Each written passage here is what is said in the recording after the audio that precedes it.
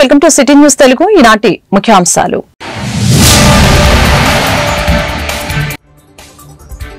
నిషేధిత జాబితా నుంచి భూముల తొలగింపుపై రాష్ట్ర ప్రభుత్వం నిఘా, మంత్రుల కమిటీ ఏర్పాటు, కీలక నిర్ణయాలు తీసుకున్న మంత్రి మండలి.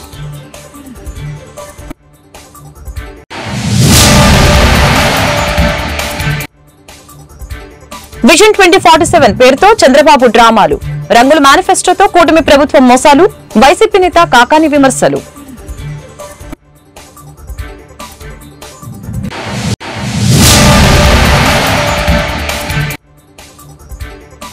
గుంటూరు కార్పొరేషన్ లో హై డ్రామా, కౌన్సిల్ సమావేశం కోసం మేయర్ సన్నాహాలు, పట్టించుకోని కమిషనర్, న్యాయ పోరాటం చేస్తామని మనోహర్ నాయుడు ప్రకటన.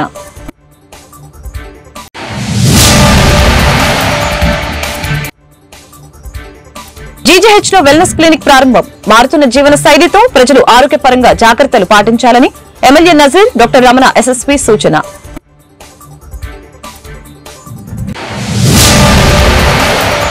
నిషేధిత జాబితా నుంచి అక్రమంగా తొలగించిన భూములపై నిర్ణయం తీసుకునేందుకు మంత్రివర్గ ఉపసంఘం ఏర్పాటుకి కేబినెట్ నిర్ణయించింది.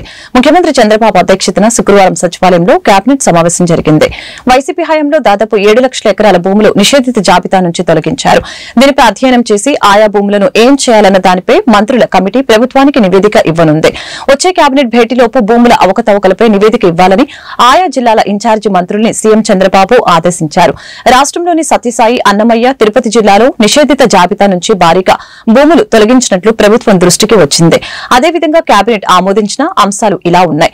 ధాన్యం కొనుగోలుకి 700 కోట్ల రుణం తీసుకోవడం, ఏపీ మార్పిడికి ప్రభుత్వ హామీ ప్రతిపాదన, గ్రామ వార్డు సచివాలయ ఉద్యోగుల క్రమబద్దీకరణ, గ్రామ వార్డు సచివాలయాల్లో ఆర్టీజీఎస్ ఏర్పాటు, తోటపల్లి బ్యారేజ్పై మినీ హైడల్ ప్రాజెక్టుల నిర్మాణాలు, కడప జిల్లా సీకే దిన్నెల్లో 2595 ఎకరాల బదిలీకి స్టాంప్ డ్యూటీ మినహాయింపు, అభ్యంతరం లేని ఆక్రమిత స్థలాల క్రమబద్దీకరణ ప్రతిపాదన, విద్యుత్ సుంకంలో టారిఫ్ల తగ్గింపును మార్చి వరకు పొడిగింపు, 62 నియోజకవర్గాల్లో 63 అన్నా క్యాంటీన్ల ఏర్పాటుకి మంత్రి మండలి ఆమోదం తెలిపింది. రాష్ట్ర ముఖ్యమంత్రి గౌరవనీయులు శ్రీ నారా చంద్రబాబు నాయుడు గారి అధ్యక్షన రాష్ట్ర సచివాలయంలో జరిగిన ఈ కేబినెట్ సమావేశంలో పలు అంశాలపై చర్చ జరిగి నిర్ణయం తీసుకుంటూ జరిగింది. వాటిలో మొదటిది వ్యవసాయం మరియు సహకార శాఖ. 24-25 ఖరీఫ్ ధాన్యం సేకరణ కోసం అవసరమైన నిధుల్ని ఎన్సీడీసీ నుంచి అంటే 700 కోట్లు AP state cooperative marketing federation limited అదనపు రుణ సౌకర్యంగా 700 కోట్ల మేర రుణాన్ని పొందేందుకు ప్రభుత్వ హామీని పొడిగించడం మరియు ప్రభుత్వ గ్యారంటీ కమిషన్ను మాఫీ చేయడంతో పాటు ఆ నిధులను AP state civil supplies corporation limited కు బదిలీ చేయడం కోసం చేసిన ప్రతిపాదనకు రాష్ట్ర మంత్రి మండలి ఆమోదం తెలిపింది. ఇదేంటంటే రాష్ట్ర ప్రభుత్వం ప్రతిష్టాత్మకంగా తీసుకున్న ధాన్యం సేకరణ దేశంలో ఎక్కడా లేని విధంగా కూటమి ప్రభుత్వం ఆంధ్రప్రదేశ్లో ప్రతి రైతుకి కూడా ప్రభుత్వం సేకరించిన ధాన్యానికి 24 గంటలు కొన్ని సందర్భాల్లో 6-7 గంటల్లోనే డబ్బులు చెల్లించిన ప్రభుత్వం ఈ దేశంలో కేవలం చంద్రబాబు నాయుడు గారి ప్రభుత్వం అనే విషయాన్ని గమనిస్తూ మరి ఇప్పటికే 6,000 కోట్ల రూపాయలని 6,200 కోట్ల రూపాయలని రైతుల ఖాతాలకి జమ చేశాం. ఎందుకంటే ఈ సీజన్లో 28,83,238 మెట్రిక్ టన్నుల్ని ధాన్యం సేకరించి దాదాపు 4.6 లక్షల రైతుల దగ్గర నుంచి సేకరించి వాళ్ళకి 6,469 కోట్లని చెల్లించడం జరిగింది. ఇంకా కూడా కొంత ప్రొక్యూర్మెంట్ ఉందనే ఉద్దేశంతో ఎక్కడా కూడా రైతు ఇబ్బంది పడకూడదనే ఉద్దేశంతో మరో 700 కోట్ల రూపాయలని రుణంగా పొంది దాన్ని AP state civil supplies corporation కి ఇవ్వటం జరుగుతుంది.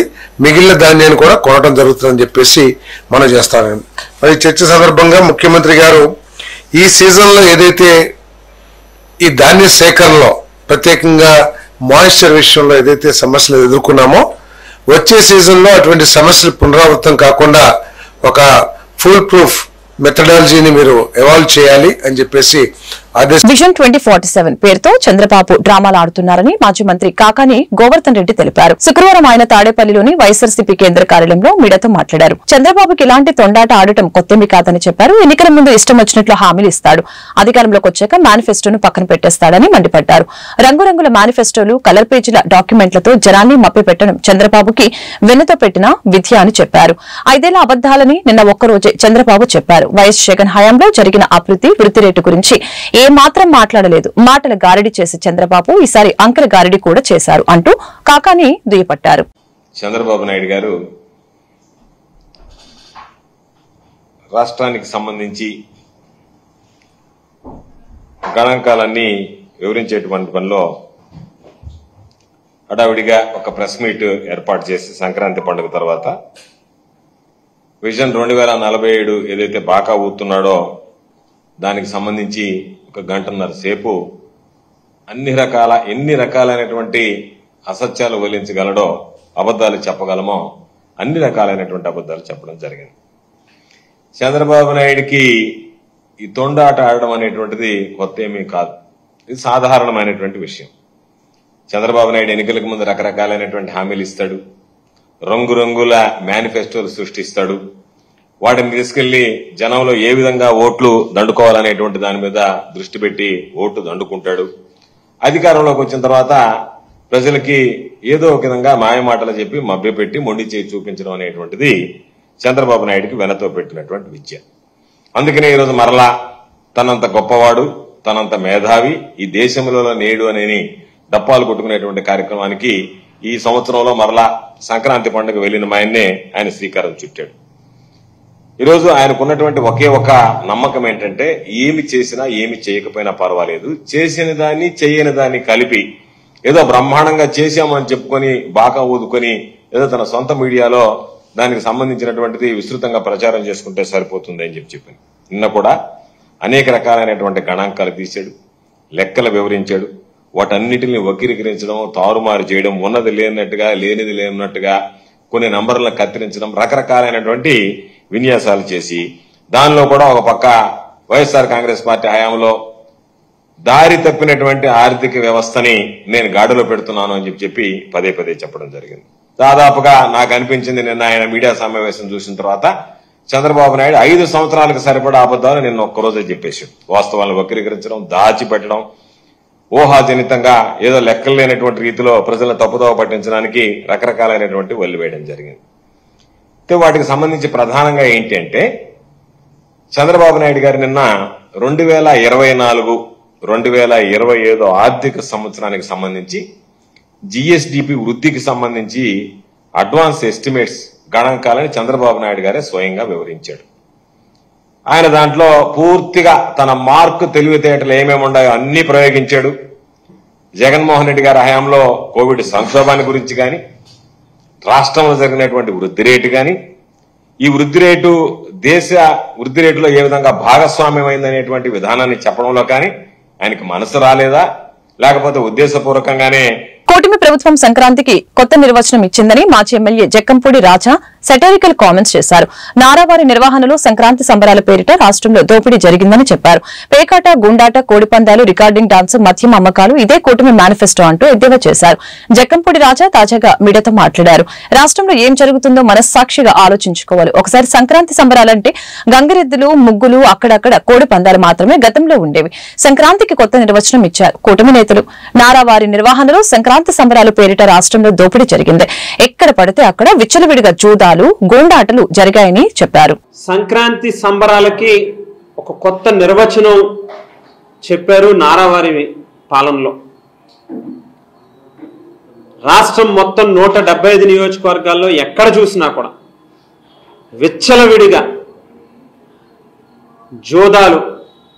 చంద్రబాబు నాయుడు గారు, పవన్ కళ్యాణ్ గారు, బీజేపీ నాయకుల యొక్క పాలనలో సూపర్ 6 యొక్క నిజమైన నిర్వచనం ఏంటి అంటే పేకాట, గుండాట, కోడి పందాలు, రికార్డింగ్ డాన్సులు, ఇసుక మాఫియా లేక బెల్ట్ షాపులతో విచ్చలవిడిగా మద్యం అమ్మకాల. పేపర్ మిల్ యాజమాన్యం అన్యాయం చేస్తుందంటే దానికి కారణం ఈ సోకాల్డ్ ప్రవీణ్ చౌదరి. దానికి చాలా రెడ్ హ్యాండెడ్ ఎవిడెన్స్లు ఉన్నాయి. ట్రేడ్ యూనియన్ తరపున ప్రవీణ్ చౌదరికి ఎంత, యాజమాన్యం తరపున సోకాల్డ్ జయకృష్ణ అనేటువంటి అసోసియేట్ వైస్ ప్రెసిడెంట్ అవ్వచ్చు, లేకపోతే ఇంకొక జైన్ ఎవరైతే ఉన్నారో అతను కావచ్చు, వీళ్ళు నాకెంత నీకెంత అని చెప్పి వాటాలు వేసుకోండి. ఈ ప్రవీణ్ చౌదరి అనే వ్యక్తి ఇప్పటికి కూడా తెలుగుదేశం పార్టీలోనే మూలాలు ఉన్నాయి అతనికి. బుచ్చే చౌదరి గారి డైరెక్షన్లోనే నడుస్తాడు అతను. గుంటూరు నగరపాలక సంస్థలో హైడ్రామా కొనసాగుతుంది. కమిషనర్ పులి శ్రీనివాసులపై తీరుపై ఆగ్రహం వ్యక్తం చేస్తూ కౌన్సిల్ సమావేశం పెట్టేందుకు మేయర్ కావటి మనోహర్ నాయుడు సిద్దమయ్యారు. ఈ మేరకు వైసీపీ కార్పొరేటర్లతో కలిసి శుక్రవారం కార్పొరేషన్ కార్యాలయానికి చేరుకున్నారు. అయితే కౌన్సిల్ సమావేశానికి సిద్దంగా లేని కమిషనర్ సంబంధిత అధికారులతో ప్రత్యేక సమీక్ష సమావేశం కౌన్సిల్ హాల్లో నిర్వహించారు. కమిషనర్ తీరుకు వ్యతిరేకంగా mayor Manohar Naidu, deputy mayor Diamond Babu మీడియాతో మాట్లాడారు. వరదల సందర్భంలో 9,24,00,000 రూపాయల అవినీతి జరిగిందని మేయర్ ఆరోపించారు. నిధుల దుర్వినియోగంపై విచారణ చేయాలని రాష్ట్ర ప్రభుత్వాన్ని డిమాండ్ చేశారు. కౌన్సిల్ సమావేశం పెట్టేందుకు కమిషనర్ స్పందించడం లేదని అన్నారు. అయితే కమిషనర్ వ్యవహరిస్తున్న తీరు, నిధుల దుర్వినియోగంపై కేంద్ర ప్రభుత్వానికి ఫిర్యాదు చేస్తామని చెప్పారు.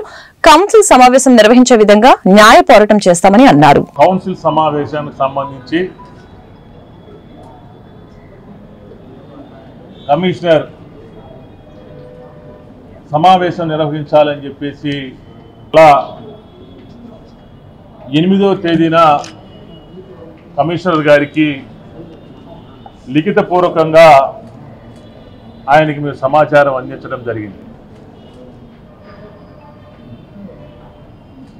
మేము ఇచ్చినటువంటి సమాచారం డేట్లు చూసుకొని వాయిదా పడినటువంటి సమావేశం కాబట్టి 3 రోజుల వ్యవధిలోనే అందరికీ సమాచారం అందించేటువంటి పరిస్థితి చట్టంలో ఉంది కాబట్టి ఆయా డేట్ అన్ని కూడా పరిశీలించుకొని 17వ తారీఖు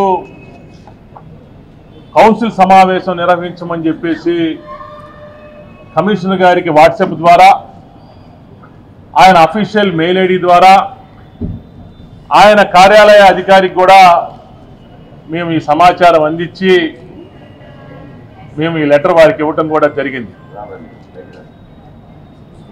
నేను ఒకటి చెబుతా ఉన్న కమిషనర్ గారు నిన్నే చూశా, ఆయన మాట్లాడుతున్నటువంటి పత్రికా సమావేశంలో గౌరవ సభ్యులు అసందర్భముగా, సందర్భము లేకుండా మమ్మల్ని మానసికంగా ఇబ్బంది గురి చేసే విధంగా మాట్లాడుతూ ఉన్నారు. మేము మనస్తాపానికి చెంది మేము సభని వాయిదా వేయక ముందే మేము వాకౌట్ చేసి మేము వెళ్ళిపోయామని చెప్పేసి కమిషనర్ గారు చెప్తా ఉన్నారు. దానికి తోడు 2-3 పర్యాయాలు కూడా నేను మేయర్ గారికి చెప్పాను, మేయర్ గారి దృష్టికి తీసుకువెళ్ళాను. మేయర్ గారు కనీసం ఆ యొక్క గొడవని ఆపకపోగా ఆయన సైకిల్ చేస్తూ ఆయన ఆ యొక్క సమావేశంలో నష్టం సృష్టించాడని చెప్పేసి కమిషనర్ గారు మాట్లాడుతాను మీడియా ద్వారా నేను చూడటం కూడా జరిగింది. నేను ఒకటి అడుగుతా ఉన్నా కమిషనర్ గారిని, మీరు ఒక ఐఏఎస్ అధికారి అయి ఉండి ఎన్నో సంవత్సరాల సర్వీసు మున్సిపల్ అడ్మినిస్ట్రేషన్లో, రెవెన్యూ డిపార్ట్మెంట్లో ఉండి మీరు ఎన్నో చట్టసభల్ని మీరు ప్రత్యక్షంగా కానీ పరోక్షంగా కానీ మీరు చూస్తూ ఉంటారు, వీక్షిస్తూ ఉంటారు, పత్రికల ద్వారా చదువుతూ ఉంటారు. సభలో ఉన్నటువంటి చైర్మన్, సభ్యులు ఇటు అధికార పక్షం వాళ్ళు కావచ్చు, ఇటు ప్రతిపక్షం వాళ్ళు కావచ్చు, వాళ్ళు మాట్లాడుకునేటువంటి పరిస్థితిలో ఏదన్నా తప్పులు దొర్లితే దానికి సంబంధించి అధికారిని కానీ సభ్యుడిని కానీ ఏమనంటే మొట్టమొదటిగా గుంటూరు ప్రభుత్వ ఆసుపత్రిలో వెల్నెస్ క్లినిక్ ప్రారంభోత్సవం ఘనంగా జరిగింది. తూర్పు ఎమ్మెల్యే మహమ్మద్ నజీర్ ముఖ్య అతిథిగా హాస్టే వెల్నెస్ సెంటర్ ని ప్రారంభించారు. ఈ కార్యక్రమంలో GJH superintendent doctor Ramana SSP, స్థానిక కార్పొరేటర్ పోతురాజు సమత, డాక్టర్ శనికల ఉమాశంకర్ తదితరులు పాల్గొన్నారు. కాలం మారుతున్న కొద్దీ ప్రతి ఒక్కరి జీవన శైలిలో మార్పులు వస్తున్నాయని సందర్భంగా ఎమ్మెల్యే సూపరింటెండెంట్ తెలిపారు. మారుతున్న జీవనశైలి కారణంగా అనేక విధాలుగా జబ్బుల బారిన పడుతున్నారని తెలియజేశారు. అయితే ఎలాంటి జబ్బుల బారిన పడకుండా ప్రజలు తగిన సూచనలు, సలహాలు అందించేందుకు వెల్నెస్ సెంటర్ పనిచేస్తుందని తెలియజేశారు. ప్రజలు తమ ఆరోగ్యం పైన శ్రద్ధ వహించాలని తెలిపారు. గుంటూరు ప్రభుత్వ ఆసుపత్రిలో ఏర్పాటు చేసిన వెల్నెస్ సెంటర్ ని సద్వినియోగపరచుకోవాలని సూచించారు.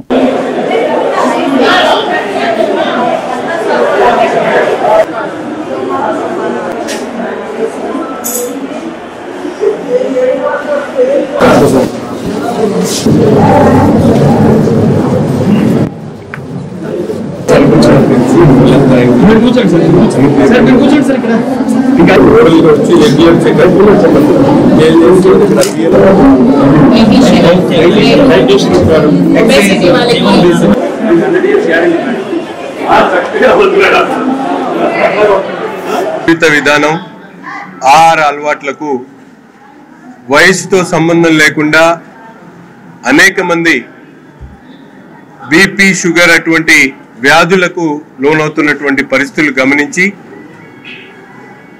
గౌరవ ముఖ్యమంత్రి గారి ఆదేశాల మేరకు వైద్య శాఖ మంత్రి వర్యులు చొరవ తీసుకొని ఈ కార్యక్రమాన్ని ప్రారంభించుకోవడం జరిగింది. వెల్నెస్ క్లినిక్ పేరుతో రాష్ట్ర వ్యాప్తంగా ఉన్నటువంటి ప్రభుత్వ వైద్యశాలలో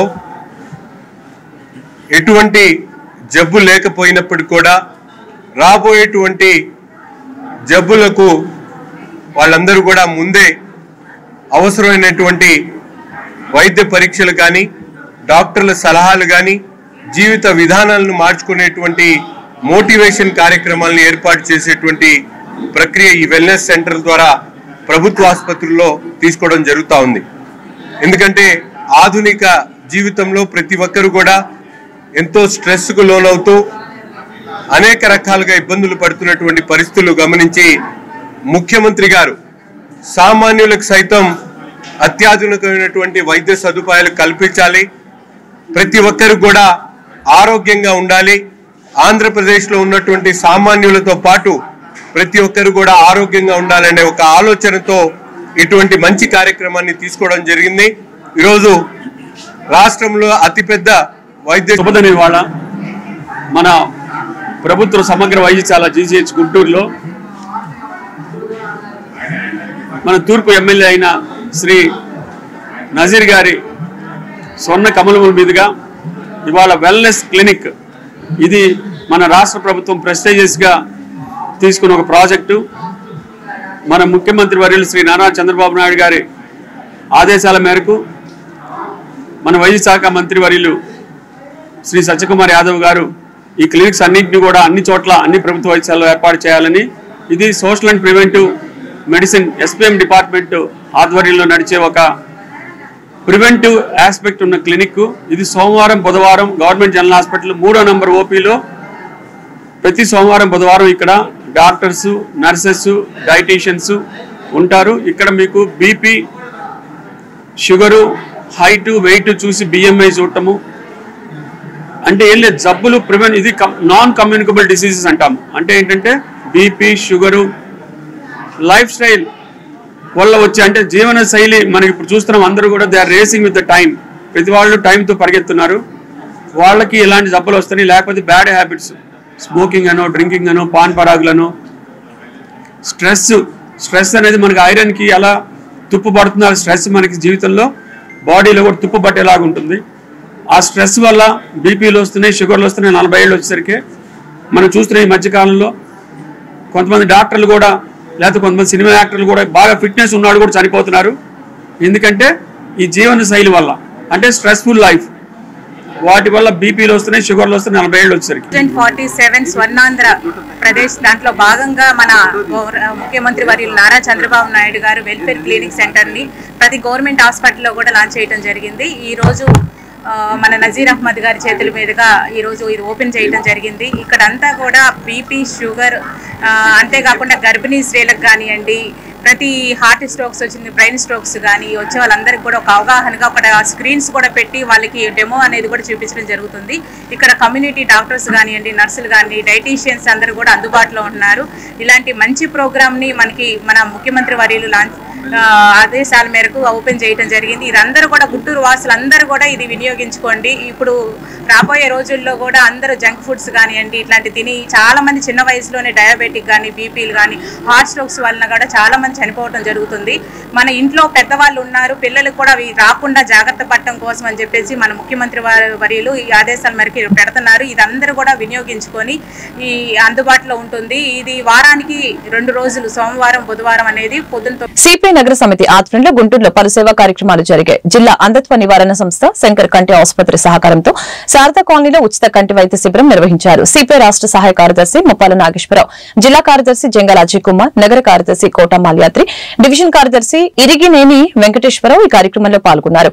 పేదల ఆరోగ్యాన్ని దృష్టిలో పెట్టుకుని ఉచిత వైద్య శిబిరం ఏర్పాటు చేయడం ఆనందంగా ఉందని తెలిపారు. ఉచిత కంటి వైద్య శిబిరాన్ని ప్రజలందరూ సద్వినియోగపరచుకోవాలని సూచించారు.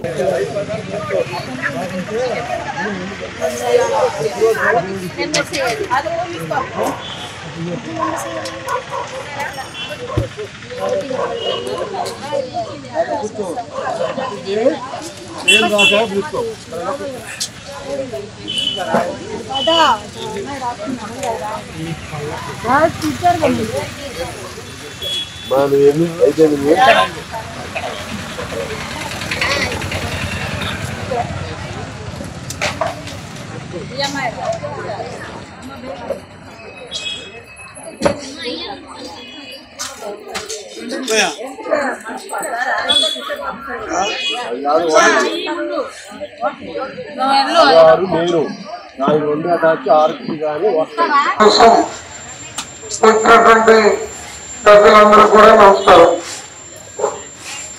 శంకర్ హాస్పిటల్ ని మన ప్రాంతానికి తీసుకురావడంలో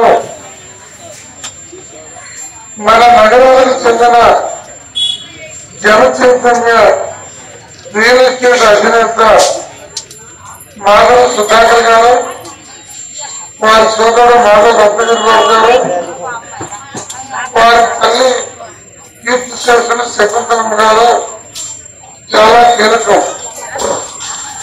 దాదాపు 10 కాలంలో ఉన్న హాస్పిటల్కి 5 ఎకరాల పైన స్థలం. ఈ రోజైతే 20-25 కోట్లు ఖరీదైనటువంటి స్థలాన్ని ఇచ్చి ఈ హాస్పిటల్ మన దగ్గరకు వచ్చేటట్టు చేశారు. ఈ సందర్భంగా ఆ జనచైతన్య కుటుంబ సభ్యులు మాధవ సుధాకర్ గారికి, రత్నగిరిరావు గారికి ప్రత్యేకంగా అభినందనలు తెలియజేస్తూ ఉన్నారు. అలాగే అందులో పేదవాళ్ళు ఈ ఉచిత క్యాంపుల్లోకి వచ్చి ఆపరేషన్ చేసుకునే వాళ్ళు ప్రధానమైనటువంటి అలాంటి కళ్ళు కనిపించలేటువంటి వారికి కంటి చూపు తప్పించేటటువంటి దానికోసం అర్థంగా ఉన్నటువంటి శుక్లాన్ని తీసేయించి బాగు చేయడం కోసం శంకర కంటి హాస్పిటల్ వాళ్ళు తలంపు చేస్తే దానికి గుంటూరు నగరంలో అలాగే మంగళగిరిలో ఇంకా జిల్లాలో ఉన్నటువంటి అనేక ప్రాంతాల్లో సిపిఐ చొరవతోటి అనేక ప్రాంతాల్లో ఈ యొక్క కంటి ఆపరేషన్లు చేయించడం అనేది జరిగింది. అంతేకాకుండా సిపిఐ ఎంపీకి వచ్చినటువంటి నిధుల్లో శాసన నాగభూషణరావు గారి నిధుల్లో నుంచి వెయిటింగ్ హాల్ నిర్మాణానికి అయ్యే ఖర్చు శంకర కంటి హాస్పిటల్లో కమ్యూనిస్ట్ పార్టీ ఎంపీ కింద కూర్చుంటే దాన్ని నిర్మాణం చేయటం అనేది జరిగింది. అలాగే ఎప్పుడు ఏ క్యాంపు ఆపరేషన్ కూడా చేపిస్తా ఉన్నారు. ఈ క్రమంలో మరి ఈరోజు కూడా మరి ఎక్కువ మంది మరి ఎప్పుడు చేపిస్తారు అడిగే పరిస్థితిలో 3 రోజుల క్రితం మరి క్యాంపు నిర్వహించడానికి మరి వారికి రవిగారిని అడగటం వారు చెప్పిన తర్వాత ఈ క్యాంపు నిర్వహిస్తా ఉన్నాం. ఇప్పటికీ సిపిఐ ఆధ్వర్యంలో ఇక్కడ 7 క్యాంపులు ఇంతకుముందు నిర్వహించాం. 7వ క్యాంపు ఈ క్యాంపులో మరి ముఖ్యమంత్రిగా మరి ఇద్దరు రాష్ట్ర పార్టీ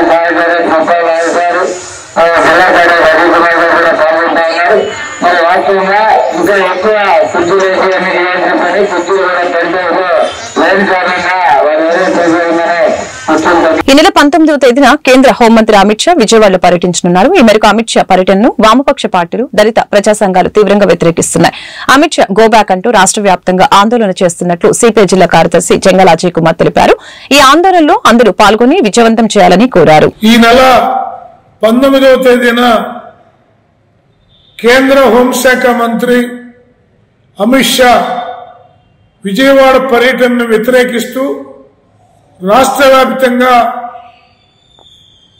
సిపిఐ, సిపిఎం, ఇతర అన్ని వామపక్ష పార్టీలు, ప్రజా సంఘాలు, స్వచ్ఛంద సంస్థలు, సామాజిక సంస్థలు అందరూ కలిసి నిరసన కార్యక్రమాన్ని నిర్వహించబోతా ఉన్నాం. ముఖ్యంగా అమిత్ షా పార్లమెంటు సాక్షిగా అంబేద్కర్ గారిని అవమానపరిచే పద్ధతుల్లో మాట్లాడినటువంటి దానికి నిరసనగా బేషరతుగా భారత జాతికి అమిత్ షా క్షమాపణ చెప్పాలని డిమాండ్ చేస్తూ, అలాగే అమిత్ షా తన యొక్క ఎంపీ పదవికి, హోంమంత్రి పదవికి తక్షణమే రాజీనామా చేయాలని డిమాండ్ చేస్తూ రాష్ట్ర వ్యాప్తంగా జరిగేటటువంటి నిరసన కార్యక్రమంలో వామపక్ష పార్టీల కార్యకర్తలు, దళిత సంఘాలు, వివిధ రంగాలకు సంబంధించినటువంటి సామాజిక ఉద్యమకారులు పాల్గొని జయప్రదం చేయవలసిందిగా విజ్ఞప్తి చేస్తా ఉన్నాం. గుంటూరు జిల్లాలో కూడా అన్ని నియోజకవర్గాల్లో ఈ కార్యక్రమం జరుగుతుంది. ఆయా నియోజకవర్గ కేంద్రాల్లో పాల్గొని జయప్రదం చేయవలసిందిగా అమిత్ షా గో బ్యాక్ అని నినదిస్తూ పాల్గొనవలసిందిగా విజ్ఞప్తి చేస్తా ఉన్నాం. దుగ్గిరాల శ్రీ సద్గురు శుభవేదిక వద్ద శుక్రవారం నిరుపేదలకు నిత్యావసర వస్తువులను పంపిణీ చేశారు. గ్రామానికి చెందిన జాగృత భారత ట్రస్ట్ అధ్యక్షులు పసుపులేటి గణేష్ ఆధ్వర్యంలో గత 3 రోజులుగా 100 మంది నిరుపేదలకు బియ్యం, కందిపప్పు, గోధుమ పిండి, వంట నూనె వస్తువులను అందజేశారు. ఈ కార్యక్రమంలో మహిళా నాయకురాలు జంపాల కుసుమకుమారి, సుబ్రహ్మణ్యం తదితరులు పాల్గొన్నారు. ఈ సందర్భంగా కుసుమకుమారి మాట్లాడారు.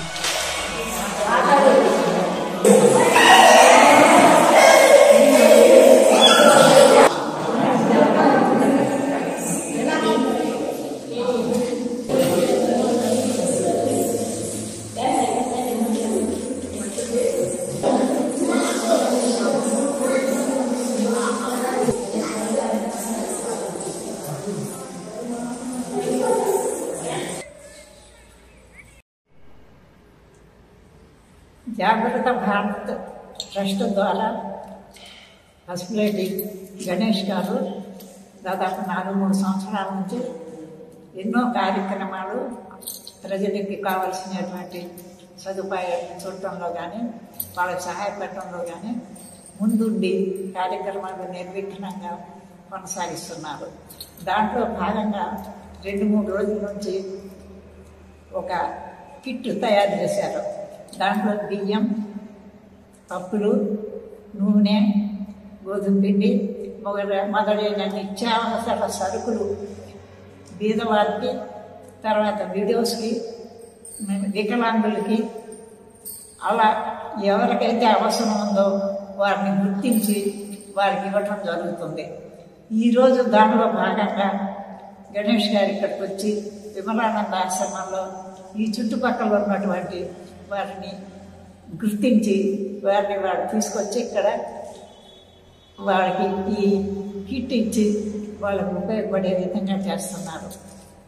ఇంకా ముందు కూడా వారి ఇంకా మంచి కార్యాలు చేయాలని, ముఖ్యంగా ఇంకోటి ఏంటంటే కేరళ నుంచి మందులు తీసుకొచ్చి ఫ్రీగా మరి మోకాళ్ళ నొప్పులు కానీ వేరే చిన్న రుగ్మతలకు కానీ ఉపయోగపడే మందులన్నీ తీసుకొచ్చి తను స్వయంగా దగ్గరుండి వాళ్ళకి వాడుకునే విధానం నేర్పించి ఫ్రీగా ఇచ్చి అలా ఆరోగ్యపరంగా కూడా ఎంతో సహాయపడుతున్నారు.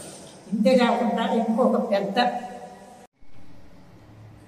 వారు మేము కలిసి ఈ బీద వాళ్ళకి కానీ అనాథాలకు కానీ చేసే సేవలు ఒకరికొకరు సమర్థించుకుని ఉభయులు కలిసి చేయాలనేటువంటి ఉత్సాహంతో మేము కూడా ఉన్నాము.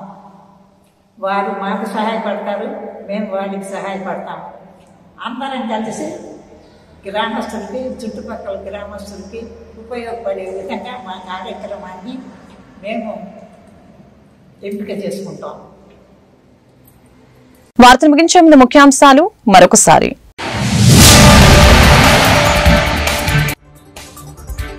నిషేధిత జాబితా నుంచి భూముల తొలగింపుపై రాష్ట్ర ప్రభుత్వం నిఘా, మంత్రుల కమిటీ ఏర్పాటు, కీలక నిర్ణయాలు తీసుకున్న మంత్రి మండలి.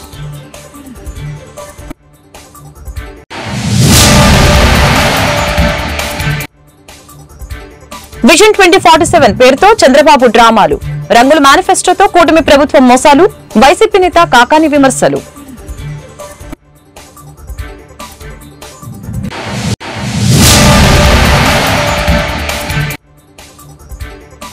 గుంటూరు కార్పొరేషన్ లో హై డ్రామా, కౌన్సిల్ సమావేశం కోసం మేయర్ సన్నాహాలు, పట్టించుకోని కమిషనర్, న్యాయ పోరాటం చేస్తామని మనోహర్ నాయుడు ప్రకటన.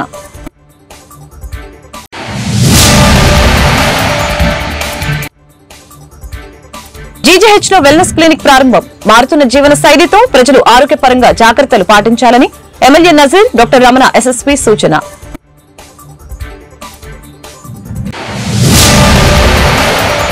ఈ వార్తలు ఇంతటితో సమాప్తం. మరొక బులెటిన్ మళ్ళీ కలుద్దాం. నమస్కారం.